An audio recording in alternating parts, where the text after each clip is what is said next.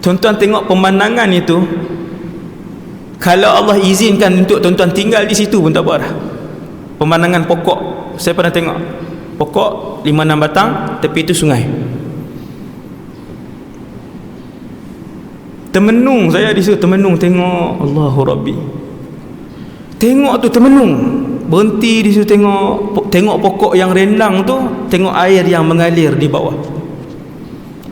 Lelaki ni dia nampak pokok, dia nampak sungai, dia kata, ya Allah, boleh tak bagi saya duduk bawah pokok tu?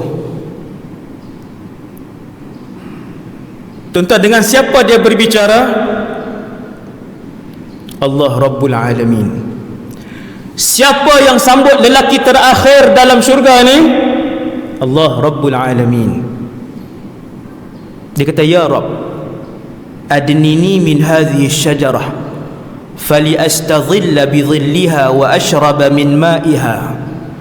Ya Allah, boleh tak bagi aku dekat dengan pokok tu, aku nak duduk di bawah pokok tu, nak berteduh, kemudian nak minum. Kata Allah, ya bena Adam, wahai keturunan Adam, kalau aku bagi, nanti aku risau kamu akan minta benda lain pula.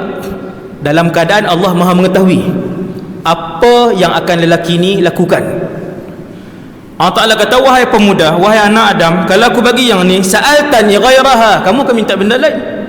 Dia kata, la ya Rabb, la. Fayu'ahiduhu Allah, dia berjanji dengan Allah. Fayu'ahidullah, janji, dia kata janji, tak minta.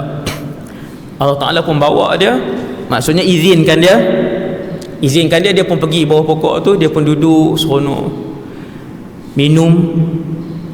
Tengah-tengah duduk minum, rehat di bawah pokok tu, dia nampak di depan lagi pokok lagi besar dan sungai lebih luas dan lebih cantik.